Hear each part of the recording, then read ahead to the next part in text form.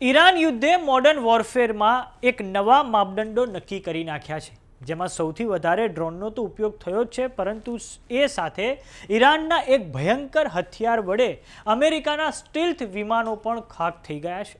આજે ઈરાનને એવા જ એક હથિયારની વાત કરવી છે, જેનાથી સ્ટીલ્થ મિલિટરી એરક્રાફ્ટ F-15 અને F-35ને તોડી પાડવાનો દાવો ઈરાન દ્વારા કરવામાં આવ્યો છે. તો આવો જાણીએ સમાચાર વિસ્તારથી. નમસ્કાર, જમાવટ સાથે હું છું પાર્થ.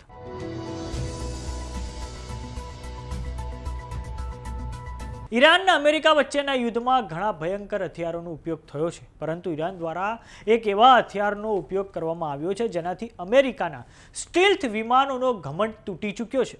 અમેરિકાના આ સ્ટીલ્થ વિમાનો એવા હતા કે જેમને કોઈ પણ રડાર કે સેન્સર નહોતું પકડી શકતું, પરંતુ ઈરાને પોતાના એક અનોખા હથિયાર વડે અમેરિકાના એડવાન્સ વિમાનોને તોડી પાડ્યા છે. અને આ હથિયારનું નામ છે મેનપેડ.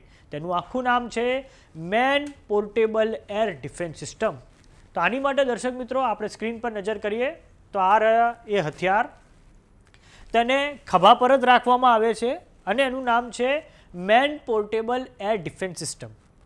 આ મેન પોર્ટેબલ ડિફેન્સ સિસ્ટમને ખભા પર જ રાખીને આ સિસ્ટમમાંથી મિસાઇલ કે રોકેટ જે તે ટાર્ગેટ પર દાગી શકાય છે. હવે સૌપ્રથમ આપણે આ હથિયાર વિશે જાણકારી મેળવીએ. તો મેનપેડ એટલે કે man portable air defence system એ શોર્ટ રેન્જ, લાઇટ વેટ અને portable surface to air missile છે. તેને કોઈ પણ ખાનગી વ્યક્તિ કે નાના સમૂહ દ્વારા છોડી શકાય છે. એટલે કે આ એક વ્યક્તિ ઊભો છે, તે જ્યારે એને લાગે કે કંઈક દુશ્મનનું એરક્રાફ્ટ એટલે કે કોઈ હેલિકોપ્ટર આવી રહ્યું છે કાં તો કોઈ લડાકુ વિમાન આવી રહ્યું છે, ત્યારે એક જ વ્યક્તિ તેને ખભા પર રાખીને આકાશમાં દેખાડીને તેને છોડી શકે છે. આ AI જનરેટેડ એની ઇમેજ છે, એમાં પણ આ જો બતાવવામાં આવે છે. અને આ દર્શક મિત્રો તમને અહીંયા દેખાતું હશે આ હેલિકોપ્ટર કે જે જમીનની ખૂબ નજીક ઉડતું હોય છે અને પછી કોઈ પણ સૈનિક હોય તેના દ્વારા ખભા પર રાખીને તેનો ઉપયોગ કરવામાં આવ્યા છે. આ રહી AI જનરેટેડ ઇમેજ છે મેનપેડની.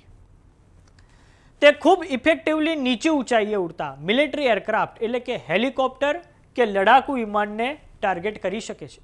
તેની મહત્તમ રેન્જની વાત કરીએ તો આ જે મેનપેડ મિસાઇલો છે તેની મહત્તમ રેન્જ એ 8 કિલોમીટરની હોય છે. અને સૌ પ્રથમ 1960ના દાયકામાં તેને અમેરિકા અને સોવિયત યુનિયન દ્વારા યુદ્ધ ક્ષેત્રે તેને ઇન્ટ્રોડ્યુસ કરવામાં આવ્યા હતા. આ સમગ્ર હથિયાર છે, આ જે મેનપેડ હથિયાર છે તેનું વજન 10 થી 20 કિલો હોય છે અને તેની લંબાઈ 1.8 મીટર જેટલી હોય છે. આ મેનપેડ હથિયાર મૂળભૂત રીતે fire and forget guidance system પર કામ કરે છે. એટલે કે એકવાર ફાયર થઈ જાય પછી તે કોઈ ગાઈડેડ મિસાઇલ અંદર નથી હોતી, તેની રીતે જ પછી પોતાના ટાર્ગેટ સુધી પહોંચી જાય છે. એટલે કે ઓપરેટર દ્વારા મિસાઇલને કોઈ પણ રીતે ગાઈડ કરવામાં નથી આવતી. આ મેનપેડ મિસાઇલોમાં ઇન્ફ્રારેડ સિકર ટેકનોલોજીનો ઉપયોગ થાય છે. જ્યારે હવામાં કોઈ પણ હેલિકોપ્ટર કે કોઈ પણ અન્ય જે લડાકુ વિમાન એ ઉડતું હોય છે ત્યારે તેની અંદરથી હીટ રેડિયેશન બહાર આવતું હોય છે અને આ હીટ રેડિયેશનને તે ડિટેક્ટ કરીને તેની પર મિસાઇલ દાગી શકાય છે. એ આ મેનપેડ જે મિસાઇલો છે તે આ ઇન્ફ્રારેડ સિકર ટેકનોલોજીની મદદથી તેને ઓપરેટ કરવામાં આવે છે. હવે અલગ અલગ દેશોની આ મેનપેડ સિસ્ટમ છે તો એના અલગ અલગ નામ પણ છે. જેમ કે યુએસમાં એને સ્ટિન્જર મિસાઇલો કહેવામાં આવે છે, રશિયામાં એને ઇંગ્લા મેનપેડ કહેવામાં આવે છે, બ્રિટનમાં સ્ટાર સ્ટ્રીક જેવી આ મેનપેડ સિસ્ટમ છે. આ ઉપરાંત સ્વીડનની પણ પોતાની એક સિસ્ટમ છે RBS 70 મેનપેડ સિરીઝ.